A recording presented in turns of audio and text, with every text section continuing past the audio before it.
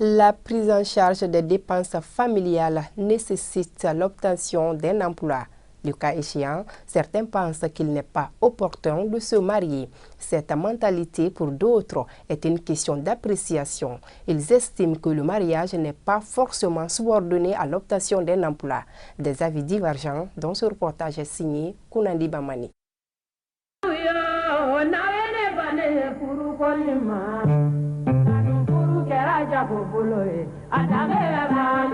Le mariage est une nouvelle étape dans la vie d'une personne. C'est pourquoi il faut bien se préparer moralement et financièrement afin d'être autonome pour subvenir aux charges du mariage. Il faut reconnaître que nos sociétés vivent des mutations assez fortes. De tout point d'égard, vous savez qu'auparavant, le mariage c'était un fait collectif, c'est-à-dire que c'était toute la communauté qui participait, qui contribuait. Mais de nos jours, nous avons tendance à observer une forme d'individualisation du mariage.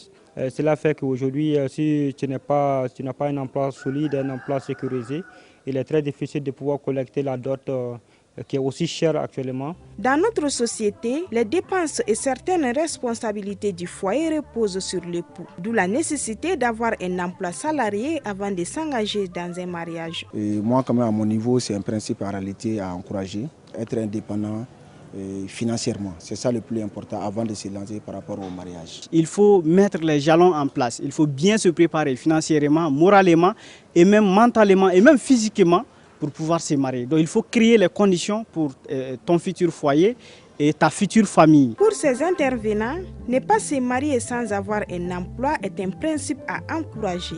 Il permet de prévenir des disputes inutiles dans les foyers. Pour moi, c'est un principe à encourager.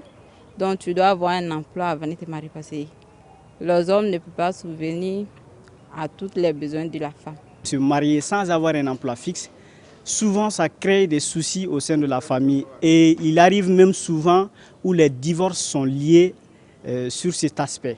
Parce que si tu n'arrives pas à gérer, à prendre en charge tes affaires financières de ta famille, la femme en question est obligée d'intervenir. Souvent, ça crée des incompréhensions. Dans notre société, le mariage est une obligation. Donc, pour convaincre les jeunes à s'engager dans le mariage sans se préoccuper des dépenses exorbitantes, il faut que la société malienne revienne à nos sources. Aujourd'hui, que la célébration aussi a changé de forme.